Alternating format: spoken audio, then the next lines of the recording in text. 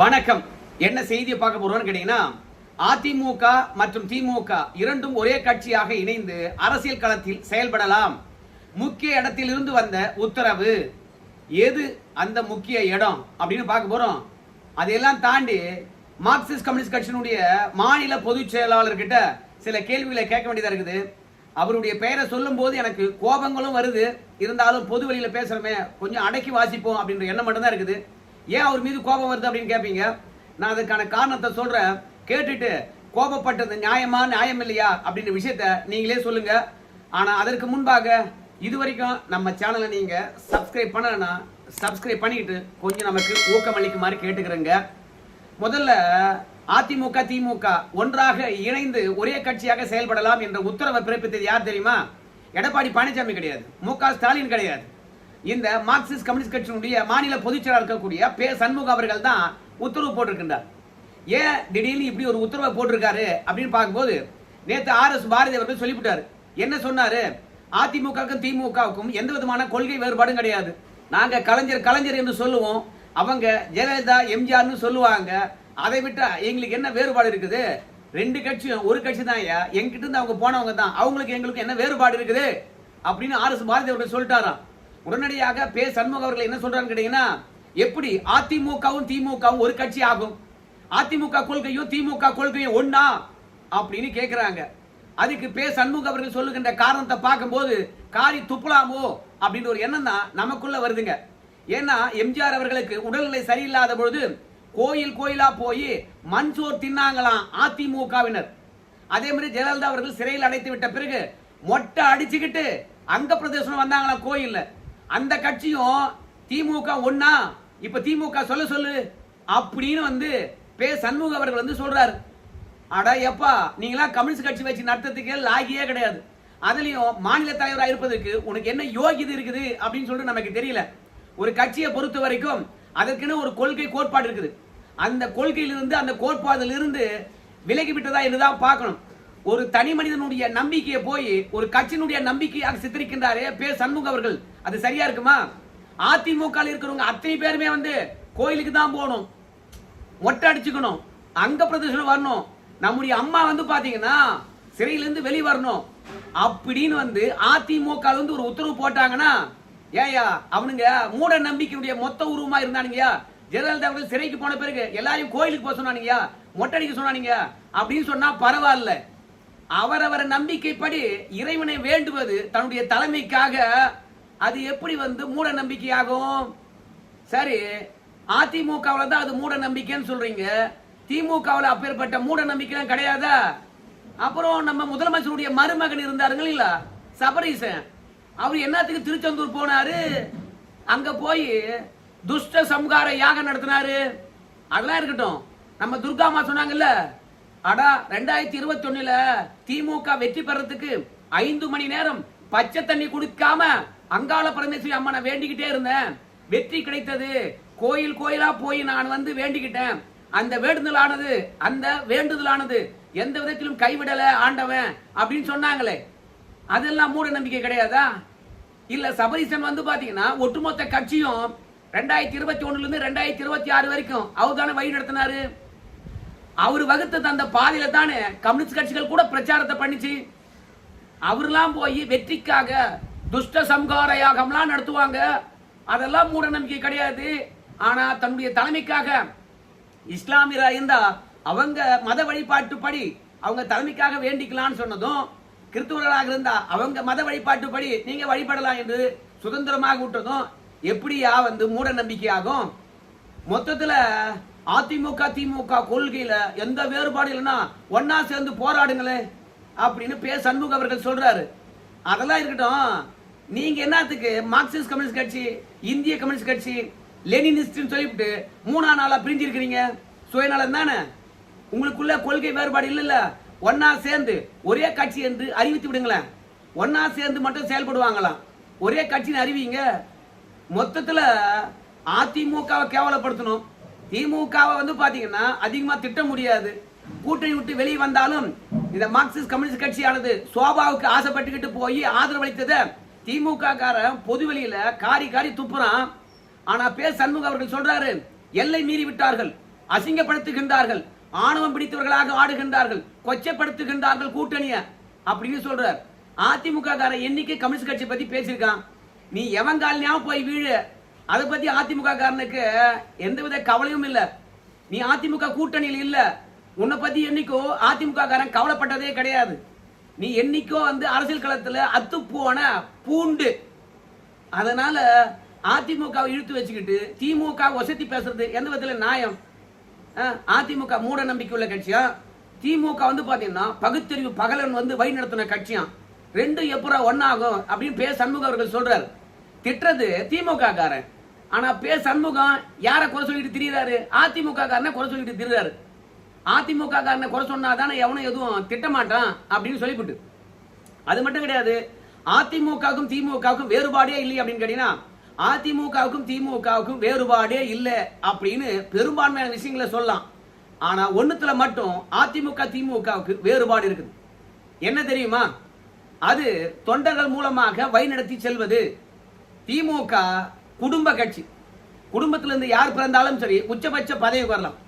ரெண்டாவது, நாட்டினுடைய ஒற்றுமைக்காக எப்போதும் குரல் கொடுக்கக்கூடிய ஒரு கட்சியாக அதிமுக இருக்கிறது. மத்திய அரசாங்கம் என்று தான் சொல்லுவாங்க, ஒன்றிய அரசு என்று சொல்லவே மாட்டாங்க. அதனால தேசம் தெய்வீகம் அதிமுகவுடைய இரு கண்களா இருக்குது. மாநில உரிமை பற்றி பேசுவதோ இருமொழி கொள்கை பற்றி பேசுவதோ திமுகவுக்கும் அதிமுகவுக்கும் வேறுபாடு இல்லைங்க. ஆனா கூடுதலாக தேசமும் தெய்வீகமும் இரு கண்கள் என்று போற்றி காப்பாத்தினவங்க. பண்பாடு முக்கியம், நம்முடைய பாரம்பரியம் முக்கியம் அப்படின்னு பேசுறவங்க அதிமுக காரங்க. மொத்தத்துல இந்த நாட்டில் பிறந்து இந்த நாட்டில் அரசியல் பண்ணிக்கிட்டு இந்த நாட்டில் காசு பார்த்துக்கிட்டு இந்த நாட்டில் சாப்பிட்டுக்கிட்டு இந்த நாட்டில் பேண்டுக்கிட்டு சீனாக்காரனுக்கு ஜால்ரா அடிக்கிற கட்சி அதிமுக கிடையவே கிடையாது. நாட்டு விசுவாசம் என்றால் அதிமுக காரங்கிட்ட தான் கத்துக்கணும். நீங்களா அதிமுக மூட நம்பிக்கை உள்ள கட்சின்னு பேசுற பொது தளத்துல நீங்களா அரசியல் கட்சியை தலைமை ஏற்று நடத்துவதற்கு தகுதியே கிடையாது. ஒரு கட்சியை எத்தனை ஆண்டு காலமா பார்த்துட்டு வரீங்க. அதிமுகவுடன் கூட்டணி வச்சதே கிடையாது, பதவி வாங்கினதே கிடையாது. மார்க்சிஸ்ட் கம்யூனிஸ்ட் கட்சியா இருக்கலாம், இந்திய கம்யூனிஸ்ட் கட்சியா இருக்கலாம். நீங்க இருக்கின்ற உங்க கட்சி அலுவலகங்கள் யார் கட்டி கொடுத்தது? எம்ஜிஆரும் ஜெயலலிதாவும் தானே கட்டி கொடுத்தாங்க. இப்படி கூட்டணி வச்சு கமுக்கமாக தன்னுடைய ஆதாயங்களை எல்லாம் சாதித்து கொண்டு அப்புறம் அதிமுக மூட நம்பிக்கையுள்ள கட்சினா என்னையா சொல்ல வர நீ? அதிமுகவுடைய எதிர்காலம் காலி ஆகல, திமுகவுடைய எதிர்காலம் காலி ஆகல. ஆனா நீங்க தான் அதிமுக திமுக காலி ஆகி போச்சுன்னு சொல்லிட்டு அடுத்தவங்கால பிடிக்கிறதுக்காக ஓடி இருக்கிறீங்க. சரி, அதிமுகவும் திமுகவும் கொள்கைகளை சமரசம் செய்து கொண்டார்கள். என்ன கொள்கையா? அவங்க ஜாதியை ஒழிக்கவே இல்லையா? ஆணவ படுகொலையானது தமிழகத்துல அதிகரித்து போச்சாம், கண்டுக்கவே இல்லையா? அந்த ஜாதி படுகொலை செய்கின்ற போது அந்த ஜாதிக்காரனை கண்டிக்க வேண்டிய திமுக அதிமுக கண்டிக்கவே இல்லை. அதனால வாக்கு வங்கி பாதிப்படையும் என்பதற்காக வாய் முடிவு சும்மா இருந்தாங்க. வாக்கு வங்கி பாதிப்பு அடையும் அப்படின்றதுக்காக வாய் முடி சும்மா இருந்தாங்க அப்படின்னு அழுத்தம் திருத்தமா சொல்லுகின்ற பே சண்முகம் அவர்கள் கிட்டத்தட்ட 1920 இருந்து கம்யூனிஸ்ட் கட்சிகள் இருக்குது. இவங்க ஜாதியை ஒழிச்சாங்களா? இவங்க கலப்பு திருமணத்தை ஆதரித்தாங்களே, கலப்பு திருமணம் செய்கின்ற போது படுகொலை நடக்காம தடுத்தாங்களா? ஏன் இவங்களால செய்ய முடியல? இப்ப சில பேர்லாம் முட்டு கொடுப்பாங்க. எப்படின்னு கேட்டீங்கன்னா, கம்யூனிஸ்ட் கட்சிகளை பொறுத்த வரைக்கும் ஆட்சி அதிகாரத்தில் இருந்தாங்களா அப்படின்னு சொல்லிட்டு கேட்பாங்க. கம்யூனிஸ்ட் கட்சிகளை பொறுத்த வரைக்கும் ஆட்சி அதிகாரத்தில் கேரளாவில் இருந்தாங்கல்ல, அங்க சாதியை ஒழிச்சிட்டாங்களா? ஏற்றத்தாழ்வுகளை ஒழிச்சிட்டாங்களா? ஆணவ படுகொலை தடுத்துட்டாங்களா? அங்கெல்லாம் புடுங்கலை இல்ல. அதுக்கப்புறம் மேற்கு வங்காளத்தில் இருந்தாங்கல்ல 35 ஆண்டு காலம், அங்க புடுங்கினாங்களா? ஜாதி ஏற்றத்தாழ்வே இல்லையா? சரி, எந்த கட்சி ஆளுங்கட்சியா இருக்குதோ அந்த கட்சியுடன் போய் சேர்ந்துக்கிட்டு எப்போதும் அரசியல் வாழ்வை காப்பாற்றிக் கொள்ளுகின்ற இந்த இடதுசாரிகள் ஏன் ஆளுங்கட்சியா இருக்கிறவங்க கிட்ட அழுத்தம் கொடுத்து ஏன்பா அந்த ஆணவ படுகொலை எல்லாம் நடந்துகிட்டே இருக்குது, அதை தடுக்கிறதுக்கு ஏதோ ஒரு சட்டம் கொண்டு வரக்கூடாது அப்படின்னு என்னைக்காவது சொல்லிட்டாங்களா? மொத்தத்துல ஆளுங்கட்சியா இருந்தா அந்த கட்சிக்கு விசுவாசமா இவங்க வேலை பார்ப்பாங்க. அந்த கட்சியுடைய தவறுகளை கூட சுட்டி காட்ட மாட்டாங்க. இன்னைக்கு சமூக வலைதளம் முழுவதும் என்ன போயிட்டு இருக்கு தெரியுமா? ஏதாவது ஒரு கம்யூனிஸ்ட் கட்சி அதை கண்டிக்க சொல்லி பார்க்கலாம். நம்முடைய உயர்கல்வித்துறை அமைச்சரை பொறுத்த வரைக்கும் குத்து டான்ஸ் போட்டுட்டு இருக்காரு. எங்க? பள்ளிக்கூடத்துல அப்படி என்ன விழா குத்து டான்ஸ் போடுகின்ற அளவுக்கு அப்படின்னு கேட்பீங்க. அங்க விஜய் அவர்களுடைய பிறந்த நாள் விழாவாம். ஒரு பள்ளியில போய் ஒரு முதலமைச்சருடைய பிறந்த நாள் விழாவை கொண்டாடலாமா? பாட்டு டான்ஸ்னு பிறந்தநாள் விழாவை கொண்டாடலாம், இல்லைன்னு சொல்லல. ஆனா பள்ளி பிள்ளைகளுக்கு அறிவுரை சொல்லலாம். ஏன்னா உயர்கல்வித்துறை அமைச்சர் அப்படி அறிவுரை சொல்லிவிட்டு மாணவர்களுக்கு நலத்திட்ட உதவிகளை வழங்கலாம் என்றென்றைக்கும் மறக்காம இருப்பதுக்காக. ஆனா அதை விட்டு சீரியல் லைட்டை போட்டுக்கிட்டு அப்புறம் குத்தாட்டம் போட்டுக்கிட்டு வெளி வந்து நம்முடைய உயர்கல்வித்துறை அமைச்சர் சொல்றாரு, ஐயா அங்க இருக்கின்ற மாணவர்கள், அங்க இருக்கக்கூடிய ஊழியர்கள் எல்லாருமே வந்து பாட்டு போட்டாங்களா, ஒரே வைப்பு மூடில் இருந்தாங்களா, நம்ம முதலமைச்சருடைய பிறந்த நாள் விழா அல்லவா, அதனால எல்லோரும் மகிழ்ச்சியா இருக்கின்ற போது நாம மட்டும் ஒதுங்கி நிக்கலாமா, அவங்க ஆடும்போது நானும் ஆடினங்க, அதுல என்னங்க தப்பு, டான்ஸ் போடக்கூடாதுங்களா அப்படின்னு சொல்லி கேட்கிறார். இதுதான் ஊர் உலகமே காரி துப்புது. என்னன்னு காரி துப்புது? அதாவது ரீல்ஸ் போட்டு சினிமா பைத்தியங்களாக வைப்பு மோடி பத்தி பேசக்கூடியவங்களுக்கெல்லாம் அமைச்சர் பதவி கொடுத்தா வேற என்ன இருக்கும்?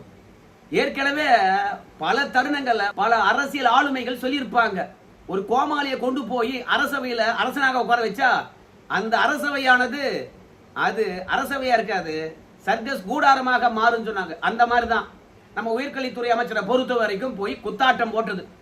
அது மட்டுமா, பல பள்ளிக்கூடங்கள்ல போய் மாணவர்கள்கிட்டயே வந்து அந்த விஜய் அவர்களுடைய போட்டோவை கொடுத்து அவங்க கிளாஸ்ல மாட்ட சொல்லியிருக்காங்க. இது என்ன கொடுமை? அப்புறம் இந்த வீடியோவை பாருங்க, விஜய் அவர்களுடைய பிறந்தநாள் விழாவாம். அதுக்காக என்ன பண்ணிருக்கீங்கன்னா, சிவகங்கை மாவட்டம் திருபுவனத்தில் இருக்கக்கூடிய உயர்நிலை பள்ளியில போய் விளையாட்டு போட்டிகள் நடத்தியிருக்காங்க. விளையாட்டு போட்டி நடத்தட்டும், மாணவர்களுக்கு பரிசு கொடுக்கட்டும், வேணான்னு சொல்லல. ஆனா அது கட்சி மீட்டிங் போல நடத்திருக்காங்க. மாணவர்களை கூப்பிட்டு நம்ம தவேகா கொடிய நட வச்சிருக்காங்க, கடைசியில புடுங்க வச்சிருக்காங்க. எங்கேயாவது பள்ளிய மாணவர்கள் சுத்தம் செய்தால் உடனடியாக அரசாங்கமானது, யோ தூய்மை பணியாளர்கள் இல்ல, எதுக்கு மாணவர்களை வகுப்பறையை சுத்தம் பண்ண வச்சிங்க அப்படின்னு சொல்லிட்டு கேஸ் போட்ட காலமெல்லாம் போய் இன்னைக்கு கட்சிக்காரன் என் கொடிய நடு, என் கொடிய புடுங்கு அப்படின்னு சொல்லிவிட்டு அவனை யாரு விளையாட்டு போட்டி நடத்த சொன்னது? அப்புறம் அங்கேயே அரசியல் கூட்டம் போல நடத்த சொன்னது? அங்க இருக்கின்ற மக்கள் எல்லாம் வந்து காரி துப்புறாங்க. எத்தனையோ ஆண்டு காலம் எந்தெந்த கட்சியோ ஆண்டு இருக்குது. ஆனா இவனுங்க மாதிரி அராஜகம் நம்மளால எங்கேயுமே பார்க்க முடியல. இதை பற்றி எல்லாம் பேசணும் இல்ல சண்முகம் அவர்கள் அதிமுக திமுக மட்டும் பேச வந்துட்டாரு, யோகிய சிகாமணி மாதிரி. அது மட்டும் இல்ல, ஒவ்வொரு பார்லையும் ஒவ்வொரு தொழில் நிறுவனம் கிட்டையும் போய் கட்ட பஞ்சாயத்து பண்ணி கலெக்ஷன் பண்றாங்களாமே தவேகாவுடைய மாவட்ட செயலாளர்கள். அதை பற்றி யாராவது பேச முடியுமா? இல்ல கம்யூனிஸ்ட் கட்சிகள் பேசி இருக்குதா? மொத்தத்துல ஆளுங்கட்சியுடன் கூட்டணி வைத்து விட்டால் அங்க இருக்கின்ற தவறுகளை பற்றி கம்யூனிஸ்ட் கட்சிகள் பேசுவதே கிடையாது. மின்வெட்டு ஏற்பட்டிருக்குல்ல, எத்தனை முறை போராட்டம் நடத்திருக்க சொல்லு பார்க்கலாம். கம்யூனிஸ்ட் கட்சிகள் என்றாலே போராட்ட காலத்தில் தானே இருக்கணும். ஏதாவது செஞ்சியா? யார் தெரியுமா? நம்முடைய சுகாதாரத்துறை அமைச்சர். அவரு பட்டமளிப்பு விழாவுக்கு போறாரு. அங்கேயும் போய் நான் தன்னி ஆளு அப்படின்ற பாட்டை போட்டு அங்கேயும் டான்ஸ் ஆடிட்டு இருக்காங்க. மொத்தத்துல கல்வி கூடங்களா இல்ல சர்க்கஸ் கூடாரங்களா, ரெக்கார்ட் டான்ஸ் மேடைகளான்னு தெரியல இன்னைக்கு தமிழகத்துல. அதுக்கப்புறம் இன்னொரு விஷயத்த சொல்ல மறந்துட்டேன். ஏன்னா இந்த அரசாங்கத்துக்கு அனுபவம் இல்ல, அனுபவத்தை வளர்த்துக் கொள்ள வேண்டும் என்ற அறிவும் இல்ல, இரண்டாவது அனுபவசாலிகளை பயன்படுத்திக் கொள்ள வேண்டும் என்ற எண்ணமும் இல்ல. எங்களுக்கு எல்லாமும் தெரியும் என்ற ஆணவ போக்கினால வாய்க்கு வந்ததெல்லாம் சொல்றாங்க. ஆனா கடைசியில மக்கள் தான் அவதிப்படுகின்றார்கள். வண்டலூர் ஜூ 2 நாள் ஃப்ரீனாங்க, மக்கள் எல்லாம் போய் குவிந்துட்டாங்க. ஆனா அங்க இருக்கக்கூடிய அதிகாரிகள் என்ன சொன்னாங்க? ஆன்லைன் மூலமாக பதிவு செய்தவர்கள் மட்டும் உள்ள போங்க ஃப்ரீயா, மற்றவங்க எல்லாம் வீட்டுக்கு போங்க அப்படின்னு அனுப்புனா என்ன அர்த்தம்? எத்தனை வயதானவர்கள் வந்திருப்பாங்க, அவங்க எல்லாம் ஆன்லைன்ல பதிவு பண்ண முடியுமா? இந்த மாதிரி நிர்வாக சீர்கேடை பற்றி எல்லாம் பேசணுமா இல்லைங்க? இந்த கம்யூனிஸ்ட் கட்சிகள் இதெல்லாம் பேச மாட்டாங்க. ஏங்க தவேகா வளர்ந்து விட்டது, இன்னும் 25 ஆண்டு காலத்துக்கு அதை அசைத்து பார்க்க முடியாது, வேணும்னா அதிமுக திமுக ஒரே கட்சியாக இணைந்து செயல்படட்டும், எங்களுக்கு ஒன்றும் நஷ்டம் இல்லை. அதை நீ சொல்ல யாரியா? புரியுதா? ஒன்னா சேர்ந்து செயல்படுறாங்க இல்ல ஒண்ணுமே இல்லாம போறாங்க. உன்னை யார் கேட்டது? மூடிக்கிட்டு வேலை பாரு. உனக்கு என்ன தெரியும்? சாதி ஒழிக்க மாட்ட, மோடியை திட்டுவ, நாட்டை திட்டுவ, மொத்தத்துல பிரிவினைப்படுத்த முடியுமா அப்படின்னு நினைப்ப. அதை தாண்டி உனக்கு ஏதாவது ஒரு தேசிய சிந்தனை இருக்குதா? அதனால தானே மக்கள் ஒவ்வொரு ஸ்டேட்டா உங்களை விரட்டி அடிக்கிறாங்க. கடைசியில கம்யூனிஸ்ட் கட்சியில் இருக்குதா அப்படின்னு ஜூம் போட்டு பார்க்க வேண்டிய நிலைக்கு வந்து நிக்கிறீங்க. இப்பயாவது வந்து உண்மையாகவே வந்து மக்கள் பிரச்சனைக்காக களத்துல நில்லுங்க. செங்கோடி ஏந்தி விட்டாலே வந்து பாத்தீங்கன்னா சாதி ஒழிப்பு போராளிகள், சாதி மறுப்பாளர்கள் மக்கள் பிரச்சனைக்காக களத்தில் நிற்கிறாங்க. அப்படிலாம் இன்னைக்கு நிலைமை கிடையாது. எத்தனை போராட்டம் பண்றாங்களோ அத்தனை போராட்டத்துக்கும் ஆளுங்கட்சி இடத்துல இருந்து கமிஷன் வாங்க வேண்டிய கட்டாயத்துல இன்னைக்கு கம்யூனிஸ்ட் கட்சிகள் இருக்குது. ஏன்னா திமுக காரன் என்ன பண்ணிவிட்டான்? 15 கோடி 10 கோடி என்று சொல்லிவிட்டு கம்யூனிஸ்ட் கட்சிகளுக்கு 25 கோடியை கொடுத்து ஆசை காட்டிட்டான். இனிமே வந்து விஜய் அவர்களும் அதே மாதிரி கொடுத்தாகணும். அதுக்கு திமுக அதிமுக திட்டணும். பாருங்க, தபேக்காவுக்கு முட்டு கொடுப்பதில் எங்களை விட யாருங்க இருக்காங்க, நீங்களும் ஒரு 10 கோடி போடுங்க அப்படின்றதுக்காகவே மக்கள் பிரச்சனைக்காக பேசுற மாதிரி தெரியல. 24 மணி நேரம் தமிழக மக்கள் படுகின்ற வேதனைகளை பற்றி கம்யூனிஸ்ட் கட்சிகள் பேசியிருக்கணும். ஊடகம் முழுவதும் போய் அதை விட்டுவிட்டு திசை திருப்புகின்ற வேலை. அதிமுக திமுக ஒன்னா சேர்ந்து தான் மக்கள் பிரச்சனைக்காக களத்தில் நிக்கட்டுமே, தேர்தலில் தான் போட்டிடட்டுமே அப்படின்னு சொல்லிவிட்டு ஒரு புது கண்டென்ட்டை ஊடகங்களை கொடுத்து பேச வைப்பது. இதெல்லாம் என்ன மாதிரியா திசை திருப்பதுன்னு தெரியல. இப்படியே போச்சுன்னு வச்சுங்களேன், தமிழ்நாடு குட்டு சோறா போகும். குத்தாட்டம் போடுகின்ற ரெக்கார்ட் டான்ஸ் மேடையாக தான் மாறும். எப்ப திருந்த போறாங்க மக்கள் தெரியல, நம்ம பண்ண தப்பை எப்ப உணர போறாங்கன்னு தெரியல. பார்க்கலாம் பொறுத்திருந்து. என்ன நண்பர்களே, நன்றி.